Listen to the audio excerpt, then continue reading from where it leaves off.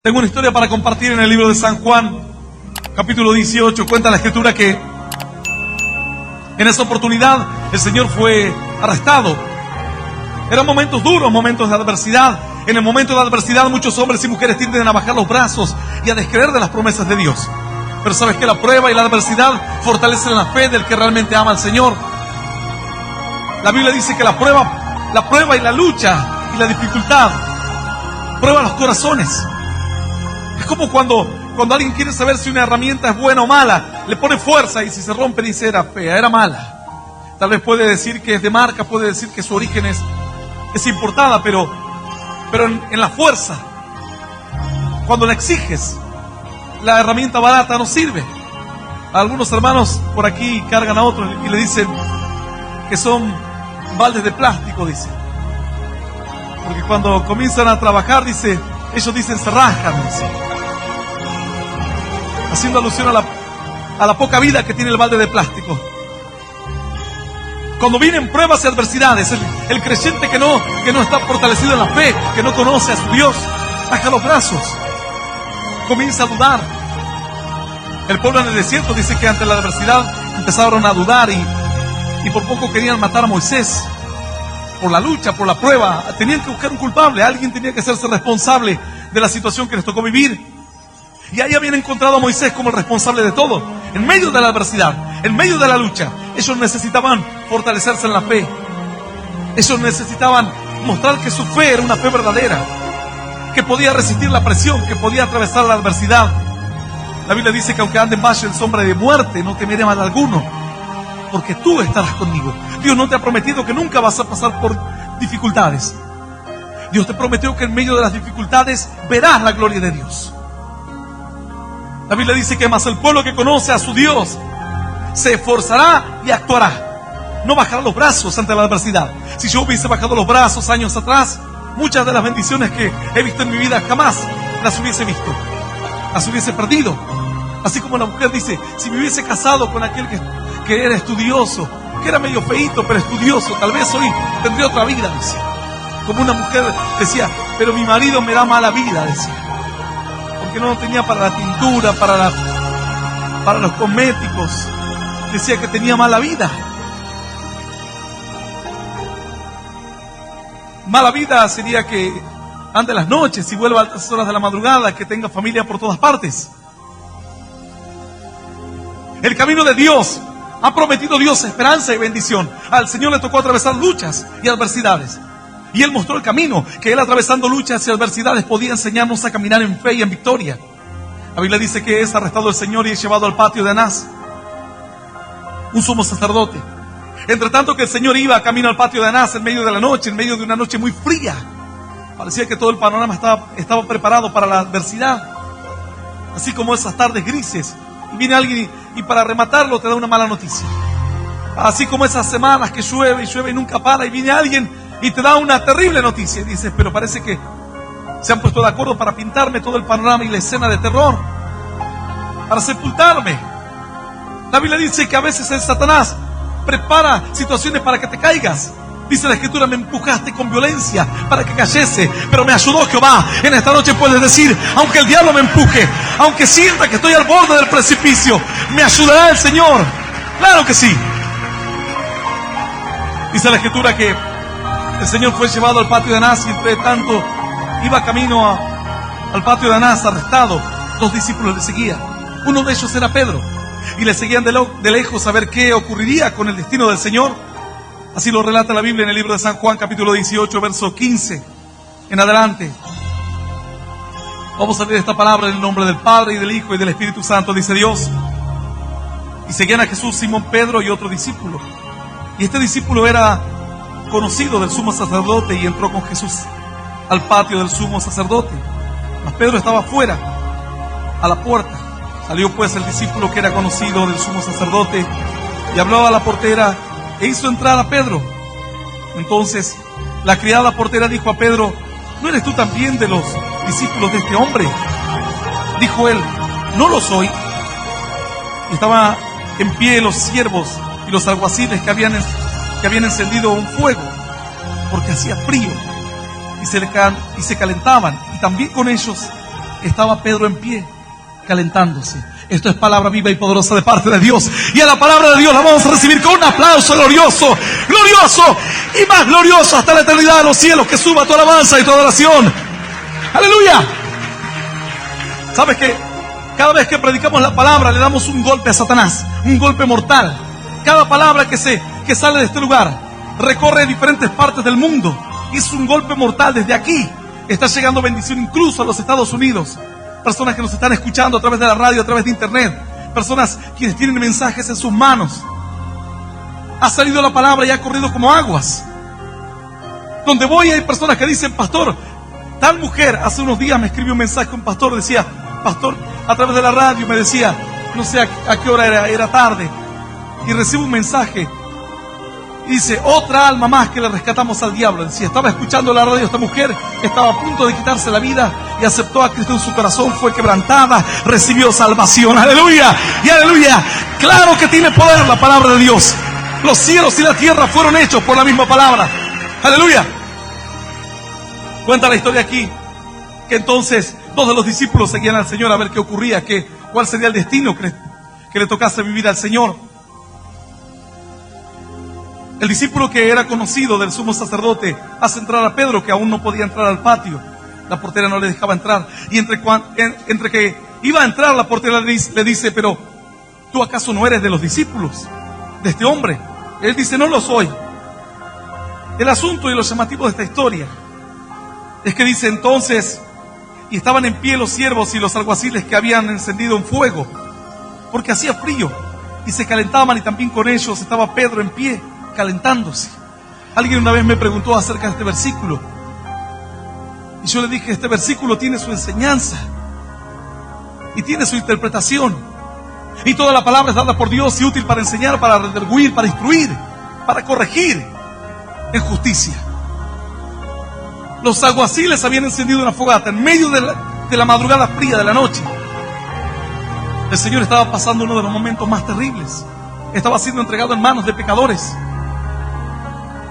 Parecía que era la hora de las sombras, era la hora del diablo, de la adversidad, de la lucha. Pero ellos habían encendido un fuego. Y dice que todos estaban en pie ahí al lado de ese fuego. Y Pedro, cuando le pregunta a la portera: ¿tú eres el de los discípulos? Él dice: no lo soy.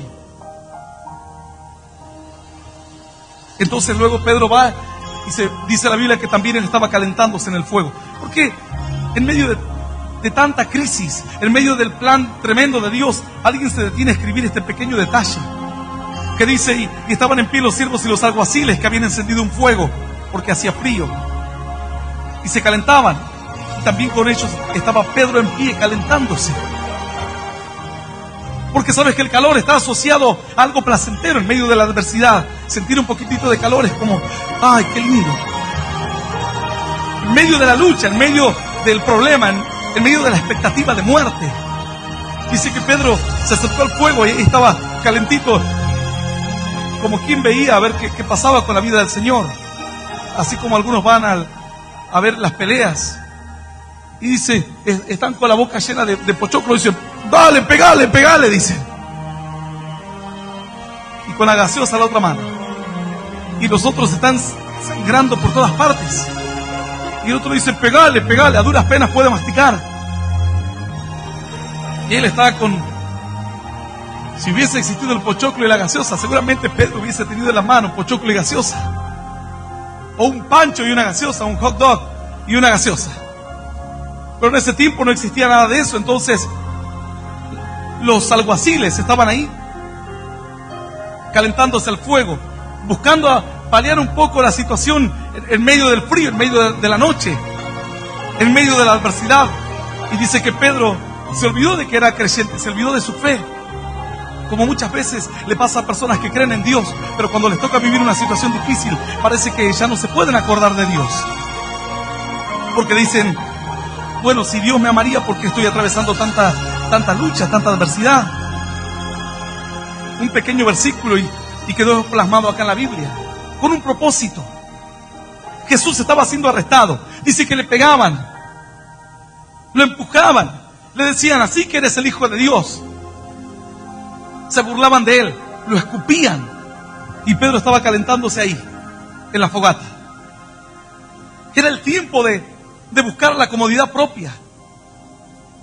Era el tiempo de salvarse a sí mismo, o era el tiempo de compartir el momento difícil que estaba atravesando el Señor. La Escritura dice que entonces Pedro estaba calentándose. Es un dato pequeño, pero no es pequeño ni es menor, porque la noche era una noche muy fría. La expectativa era una expectativa de muerte. El Señor ya le había anticipado a los discípulos diciendo: vendrá la hora en que el Hijo del Hombre será entregado en manos de pecadores y de escarnecedores. Y Pedro le había dicho: Señor, mi vida voy a dar por ti. Nunca tal acontezca que yo voy a huir como un cobarde. Mi vida daré por ti. Y ya había entrado negándole al Señor. Ahora estaba en el patio y estaba calentito ahí al lado del fuego. El fuego simboliza la comodidad. El fuego simboliza el placer. El fuego simboliza estar confortable. Buscar un poco de comodidad propia.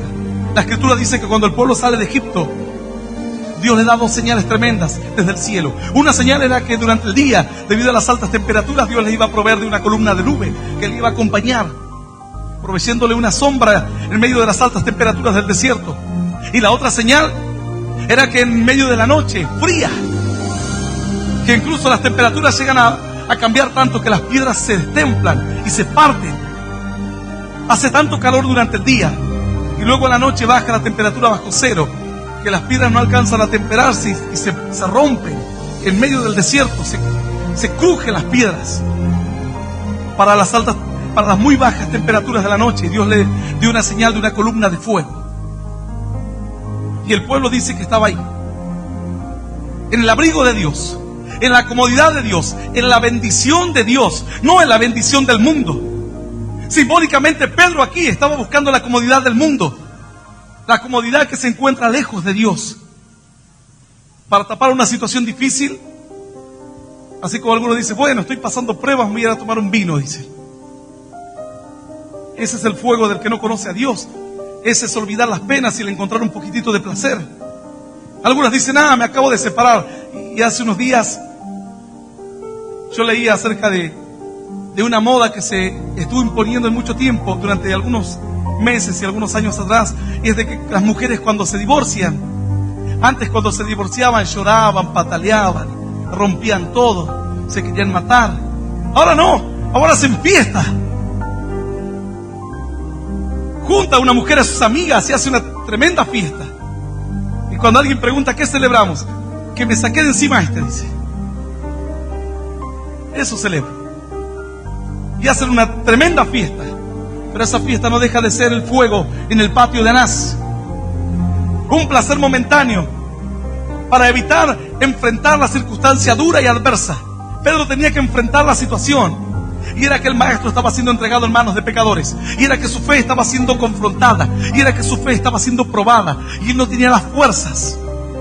Entonces salió corriendo al fuego extraño. Un fuego raro, un fuego que no era de él. La Escritura dice que en un momento, en aquel mismo desierto, se revelan ciertos hombres y dicen: ¿acaso solamente Dios habló por Moisés? ¿Qué acaso Dios no puede hablar por todos los hombres? Y entonces así fueron y se presentaron ante el tabernáculo de Dios con incienso. Y cada uno ofreció como un fuego ante la presencia de Dios. Y Aarón también, que había sido escogido por el Señor y estaba dentro de los planes de Dios. Mas dice que Dios percibió que era fuego extraño, que no era el que Dios había mandado, y salió fuego de la presencia de Dios y los devoró a todos y murieron.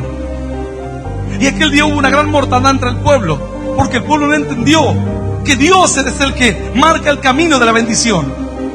Y nosotros no tenemos que adaptar la fe de Dios a nuestros propios caprichos, a nuestros propios placeres. La Biblia no está para que alguien la manipule. La palabra está como una marca a la cual todos debemos seguir, no para la interpretación personal de uno o de otra persona. La Biblia dice entonces que Pedro estaba ahí en el fuego calentito y el Señor estaba padeciendo. Yo no sé si esta noche hay luchas o hay adversidades en tu vida. ¿Y a dónde has corrido? Al curandero, pastor, dice, porque me dijo que con 2,000 pesos se acaba el problema. Fuiste al fuego del patio de Anás. ¿Cuánto te durará eso? una confianza leve, no será duradera. Una confianza pasajera. En medio de la lucha y en medio de la adversidad, lo único que será duradero será la gloria de Dios. Algunos dirían, pero pastor, si el fuego también es bueno. Cuando uno se pone en la fogata, nosotros cuando salíamos al campo con la iglesia y a veces volvíamos de aquellas salidas del campo, 1 o 2 que hacíamos al año, muy tarde, a la 1, 2, 3 de la mañana, y los jóvenes decían, pastor, un poquito más, quedémonos. Y a veces eran las 3 de la mañana, en medio del campo, ya la temperatura caía bajo cero, y decían, nosotros vamos a ir a buscar ramas, pastor. Y iban algunos, pero algunos 1 kilómetro, 2 kilómetros buscando ramas, y venían allí con la cantidad de ramas y armaban una fogata. Pero hacía tanto frío que te ponías de frente al fuego y sentías el calor, pero toda la espalda se te congelaba, y después te tenías que dar vuelta para, así como si te estuvieses haciendo al espiedo. Te tenías que dar vuelta para que te dé el fuego en la espalda, y entre que te calentaba la espalda, te agarraba un frío en la cara y en el pecho. Ya había momentos que yo le decía a los jóvenes, bueno, está bien, vamos, ya está. Ya demasiado pasamos un día de campo, pero ellos no querían volver más. El fuego que no viene de Dios dura poco tiempo. Dice la palabra que el asunto no terminó ahí. Pedro luego, si sigues leyendo todo el resto de la historia, luego Pedro le niega al Señor Jesús. Le niega 3 veces. Luego Pedro se va arrepentido y comienza a correr por cada rincón de la ciudad, huyendo del patio de Anás. Pero y ese momento de placer que tuvo ahí ante el fuego se olvidó por completo. Ahora sentía una convicción en su corazón y en su alma, y dice que lloraba y no había para él consuelo, porque había negado a su fe, había negado sus principios de fe. ¿Sabes cuántas personas me están escuchando hoy que dicen, pastor, ese soy yo, el que le negó al Señor? Niego mi fe en mi trabajo, niego mi fe entre mis amigos. Pero sí, después nos juntamos a tomar cerveza, vamos al baile, y te vas al fuego del patio de Anás. ¿Y cuánto te dura? Y hasta que al otro día te levantas y te das cuenta que no hay gozo, no hay esperanza. Así me decía cierta persona. No se trata de un auto, pastor, me decía. Yo trabajé, cuando comencé a trabajar decía, me voy a comprar mi auto, mi casa, mis bienes. Y me aparté de Dios detrás del dinero, detrás de la comodidad. Tuve el auto y lo que yo estaba buscando no estaba en el auto. Tuve mi casa y lo que yo estaba buscando no estaba en mi casa. Tuve los bienes que necesitaba, los cuales pensaba que era lo que cualquier hombre o cualquier persona desearía tener. Y me daba cuenta que lo que yo buscaba no estaba ahí en los bienes materiales. Y hace unos días volvió a la iglesia y dijo, aquí estaba lo que mi alma estaba buscando. Aquí en la presencia de Dios. ¡Aleluya! ¡Y aleluya! ¡Santo es Dios! Claro que sí. Hoy estaba hablando por teléfono con uno de nuestros pastores que estamos construyendo una iglesia inmensa, en una de las más grandes de cierta ciudad. Y sabes que me decía, pastor, hace unos días, me decía, antes de que terminemos el templo, ya estamos a una semana de inaugurarlo, me decía, una vecina se acercó y nos dio dinero,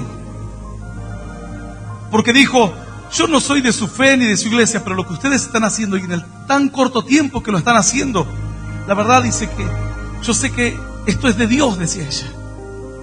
Y agarró y le dio 500 pesos. Después fue a hablar con uno de los vecinos, y vecinos que tenían sus profesiones y todo, le decían, la verdad que yo los envidio, decía. Todo lo que hicieron en menos de 2 meses, en 1 mes y medio, levantamos un templo de la nada. Y así empezó a ver la obra de Dios y el milagro de Dios. Personas que eran tocadas. Yo un día estábamos ahí pegando bloques, hace como 4 semanas estábamos pegando ladrillos. Con uno de mis hijos me había acompañado y de repente veo que 2 personas iban como discutiendo dentro del vehículo. Y yo, como estaba levantando la pared de enfrente, miro así para abajo y empezaron a señalar para el templo. Y no era que estaban discutiendo. Cuando pasan cerca mío decía, 3 semanas, decía. 3 semanas, le decía el hombre a la mujer. Y la mujer miraba. En 3 semanas habíamos levantado casi más del 50% del templo. Había como 40, 50 personas trabajando allí. Yo le decía a los hermanos, no sé si tendrá algún albañil que hace 2 meses que no le puede levantar la tapia, pero este hombre estaba una mezcla de enojado y sorprendido y admirado. Y cuando hoy hablo con el pastor, entre tantos testimonios que me cuenta, me dice: ¿sabes qué, pastor? Estamos ya techamos, estamos terminando la obra, falta hacer la instalación eléctrica y algunos detalles. Inauguramos la semana que viene, el fin de semana que viene. Y dice: pastor, y se acercó una persona y entró enfrente y comenzó a mirar el templo, tan grande, decía, tan grande, y se acercó y con sus manos, dice, desde afuera, tocó con sus manos las paredes del templo y se largó a llorar. Y lloraba. Y él le preguntó: pero ¿qué le pasa? Y él decía, entre lágrimas, decía: aquí no había nada antes, decía. El lugar donde plantamos la iglesia es un lugar donde los jóvenes, al lado hay un playón donde se juntaban a tomar, a drogarse, a pasar la noche. Justo ahí Dios nos proveyó de un terreno. Y él tocaba las paredes del templo de afuera y lloraba. Y decía: antes aquí no había nada. Y ahora aquí se levantó un templo para Dios, decía. Los hermanos le decían: pase, pase, pase. Y mire, no, decía. Decía: no, yo soy apartado, decía. Hace mucho tiempo que estoy lejos de Dios, no, y tenía temor de entrar a la iglesia. Y miraba así, y veía a los hermanitos que estaban algunos pegando ladrillos, haciendo el contrapiso, y decía: lo que hicieron estos muchachos, decía, lo que hicieron. Y tocaba las paredes y lloraba. Todavía no había entrado al templo y ya estaba sintiendo la presencia y la gloria de Dios. Aleluya, la convicción de la fe. Sabía que esa es su casa. Varón, mujer que está lejos de Dios, aquí está tu casa. Aleluya. Tal vez este hombre anduvo en muchas peñas, quizás anduvo tomando en muchos bares, tal vez anduvo en la noche, en lugares donde no convienen, tomando calor en el fuego del patio de Anás. Pero ¿cuánto le dura? ¿Cuánto te duran tus emociones? ¿Cuánto tiempo te durará? La Biblia dice que la obra que hace Dios es una obra que dura. Es una obra que no termina. El gozo de Dios es un gozo que no se acaba. El que cree en mí, dijo el Señor, como dice la Escritura, de su interior correrán ríos de agua de vida, ríos de bendición. Cuando Moisés vio una zarza que ardía en medio del desierto, dice que se acercó. Primero la miró y vio un fuego y no le llamó tanto la atención. Pero cuando vio que el fuego continuaba y que no se acababa, dijo: voy a ir a ver por qué causa la zarza arde y no se consume. La zarza es como un pequeño matorral, como el tamo, como esos yuyos secos que andan dando vueltas por el viento. Una vez cuando íbamos camino a Mendoza, también a levantar una de nuestras obras misioneras, me llamó la atención que entrando, casi llegando a 50, 60 kilómetros de Mendoza, se empezaban a pasar el tamo. Eran yuyos secos que se cruzaban por la ruta. Yo al principio miraba y no sabía lo que era, porque en ninguna otra parte del país había visto algo parecido, y he viajado por muchísimos caminos. Y después me di cuenta que era, y yo a un hermano que iba conmigo: mirá, ese es el tamo que dice la Biblia, que arrebata el viento. La Biblia dice que el incrédulo será como el tamo que lo arrebata el viento, que se lo lleva para donde quiere. Ahí y en Nevada, llegando a Las Vegas, he visto el mismo panorama. También tamo que se cruza por la ruta, como si tuviesen vida propia, pero es el viento que los arrastra para donde quiere. Así Moisés vio como un tamo que ardía. No le llamó mucho la atención, pero dijo: ¿por qué será que no se consume, que no se le gasta el combustible? ¿Por qué será que no se acaba la llama? Y eso fue lo que lo atrajo. Cuando él fue llegando más cerca y vio por qué ardía y no paraba de arder, entonces sintió una voz que salía de en medio del fuego y que le dijo: Moisés, quítate el calzado de tus pies, porque el lugar que estás pisando, santo es, santo es. Era la gloria de Dios, era el poder del Espíritu que hace de sus ministros llamas de fuego, dice la palabra. Aleluya. Dios tiene el poder para hacer de sus ángeles espíritus y de sus ministros llamas ardientes, llamas vivientes, cuyo fuego no cesa. Hace 17 años que Dios me llamó al ministerio. 17 años. Y todavía sigue ardiendo el fuego en mí. En tu vida también. Tal vez Satanás quiso apagarlo. Tal vez el diablo te dijo: venite al patio de Anás, que hay una fogatita linda ahí. Y sin darte cuenta te encontraste buscando un provecho propio por causa de no querer enfrentar la situación difícil. Va a haber momentos y tiempos de adversidad en el camino de Dios. Claro que sí. Va a haber tiempos de lucha. Va a haber también tiempos de prueba. Pero también habrá tiempo de gloria. Yo le decía a algunos hermanos: al principio no sabes cómo enfrentar las pruebas. Al principio sientes que el diablo te va a devorar. Pero después te das cuenta que Dios te da el poder y la autoridad.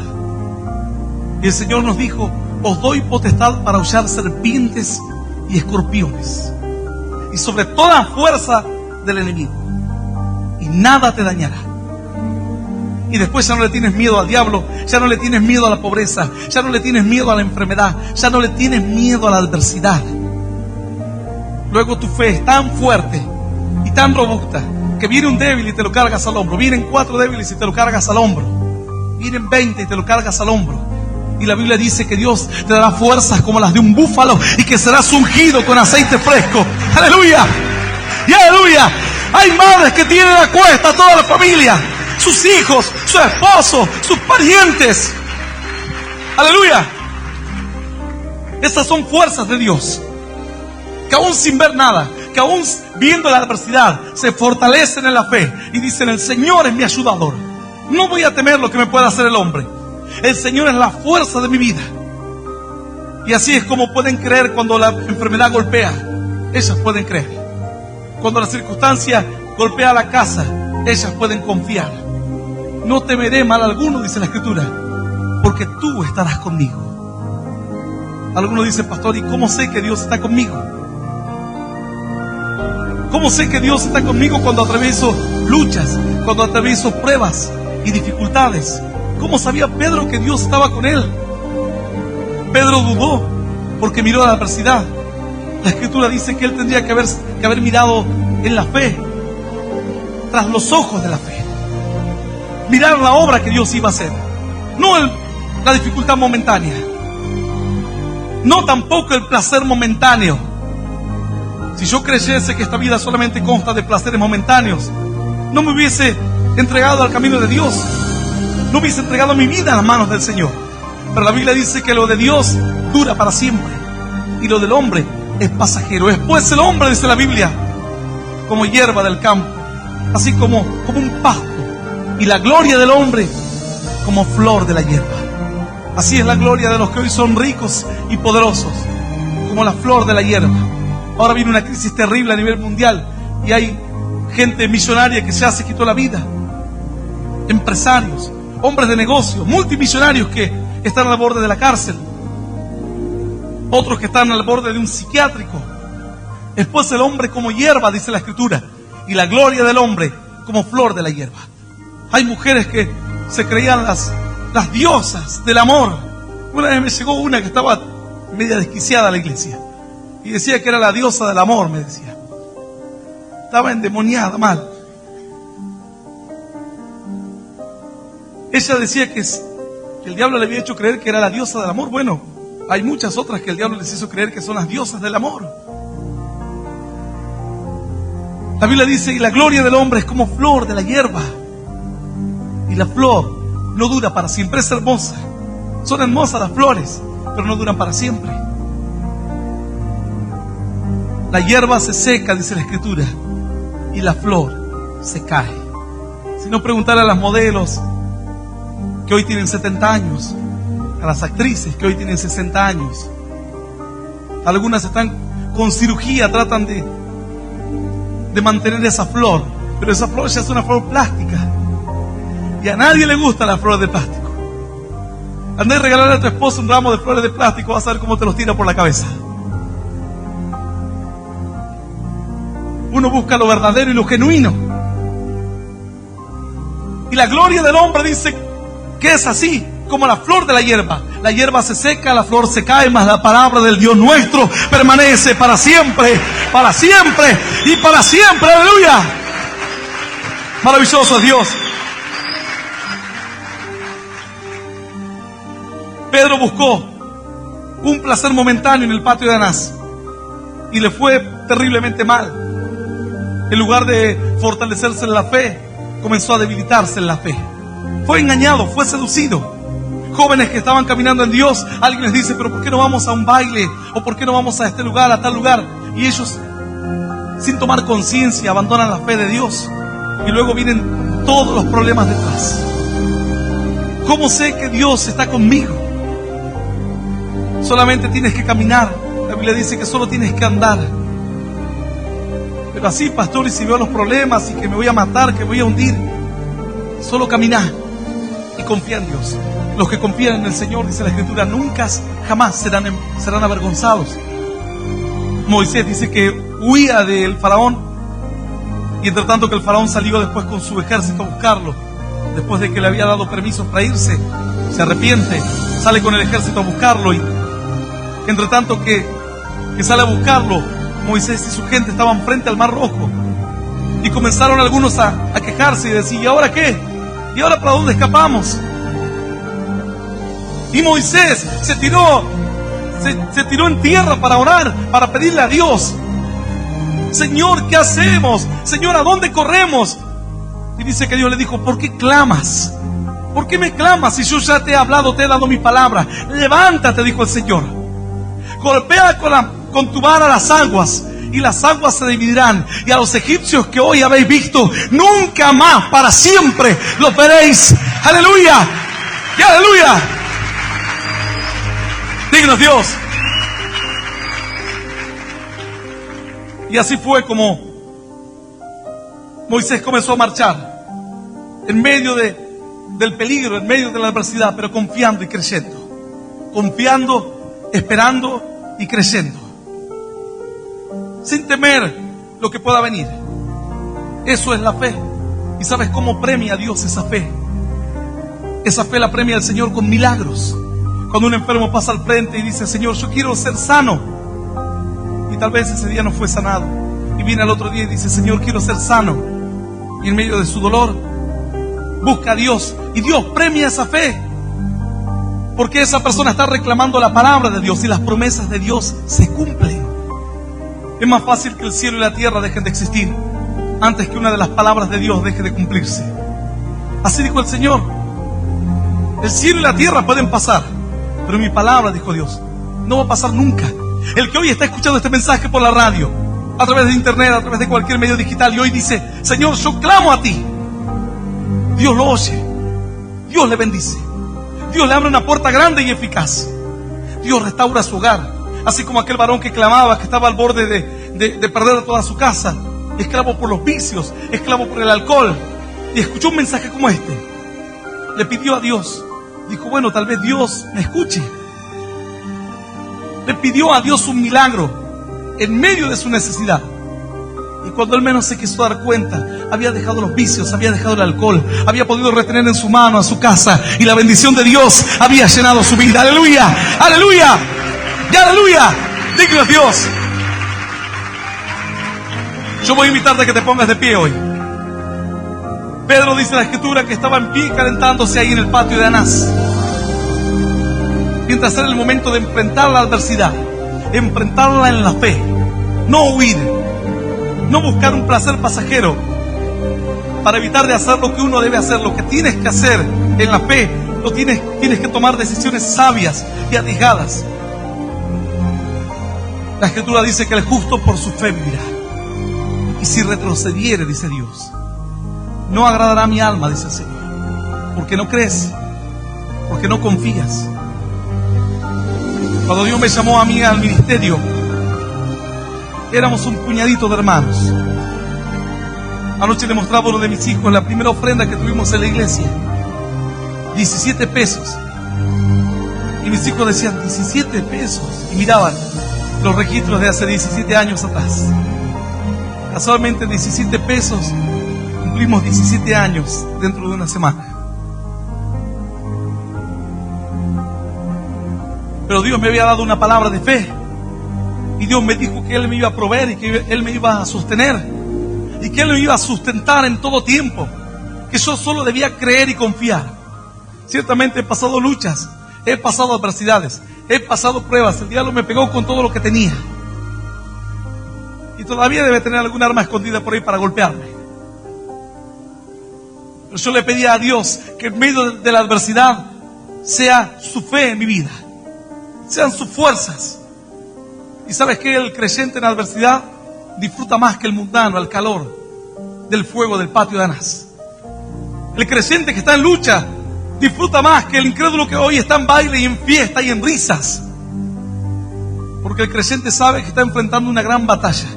Y sabe que si sale de esa batalla saldrá con una gran victoria en su mano. Después de cada batalla yo veía que detrás mío venían 30 personas más. Enfrentaba luchas, pruebas, miraba detrás mío. Cuando ya pensaba que estaba solo, veía que me seguían 50 más, 100 más, 300 personas más. Luchas y adversidades. Luego miraba a mi alrededor, incluso en diferentes puntos del país. Ya empezaban a ser miles las personas que me seguían. Yo digo, Señor, esto es tu gloria. Si caminas en fe, si caminas en esperanza, serás de bendición a tu familia, a tus amigos, a tus seres queridos. El milagro empezará a ocurrir en los que te rodean. En medio de la prueba y en medio de la adversidad, tienes que caminar en fe y en esperanza. Decir, Señor, tú eres el Dios poderoso. No voy a ir al fuego de los incrédulos. No voy a ir a la fiesta de los incrédulos. ¿Para qué? A buscar algo que hoy no tengo porque tengo una prueba o una lucha. Cada vez que tengo una lucha no me voy a ir al baile. Cada vez que tengo una enfermedad no me voy a ir a buscar diversión en el mundo. En el momento de la lucha y de la adversidad, el salmista escribió los salmos más hermosos que hoy puedas leer. Cuando leas un salmo, a algunos les gusta leer el libro de los salmos. Jehová mi pastor y nada me faltará. El que habita al abrigo del Altísimo morará bajo las sombras del Omnipotente. Y diré a Jehová, esperanza mía, castillo mío, mi Dios, de quien temeré. Él te librará del lazo del cazador, de la peste destructora. Y yo conocí incrédulos, gente que no conoce a Dios, pero que tienen la Biblia abierta en este salmo. Y cada noche lo leemos para poder contrarrestar los temores nocturnos, los terrores nocturnos, las pesadillas. Y algunos de ellos hasta ponen el salmo abierto debajo de la almohada y ahí sienten que duermen un poco más tranquilos. Estos salmos fueron escritos, la mayoría de ellos, en medio de los momentos más tristes, en medio de los momentos de lágrimas, en medio de las noches más oscuras y más frías, de hombres que no escogieron ir al fuego del patio de Anás, sino que escogieron atravesar el momento duro. Bienaventurado el varón que tiene en ti sus fuerzas, dice la Biblia, en cuyo corazón están tus caminos. Quien atravesando el valle de lágrimas lo cambiará en fuente. Cuando la lluvia llena los estanques, irán entonces de poder en poder y llegarán a Sión, y en Sión verán a Dios. ¡Aleluya! Vamos a hacer una oración en esta noche. En medio de tu prueba, en medio de tu lucha, hoy tienes que confiar en Dios. Y eso desatará un milagro maravilloso. En medio de tus lágrimas, dile, Señor, ahora yo confío en ti. Ya he confiado suficiente tiempo en el mundo, en psicólogos, en los bailes, en las fiestas. Ahora quiero esperar en ti. Espera en Él, dice la Biblia, y confía en Él, y Él hará. Si alguien quiere aceptar hoy a Jesús en su corazón, de los que están escuchando este mensaje, aquí presentes en el templo, a través de la radio, de cualquier medio digital, el que hoy quiera aceptar a Cristo, cierre sus ojos en señal de reverencia. Si estás manejando un vehículo, puedes buscar un lugar apartado por ahí, estacionar unos segundos. Si puedes poner una mano en tu corazón, puedes hacerlo. Y si decides aceptar a Cristo hoy como único Señor y Salvador de tu vida, repite esta oración después de mí, que dice: Señor Jesús, en este día quiero recibirte en mi corazón como mi único Dios y Salvador de mi vida. Te pido perdón, Señor, por todos mis pecados y por mis errores. Quiero que me ayudes a conocerte, a seguirte y a serte fiel. Señor, anota mi nombre en el libro de la vida eterna. Y yo te doy gracias por morir por mí en la cruz, por darme vida eterna y por hacerme un hijo tuyo. En el nombre del Padre, del Hijo y del Espíritu Santo de Dios. Amén y amén. Y le damos un fuerte aplauso a Dios. Aleluya.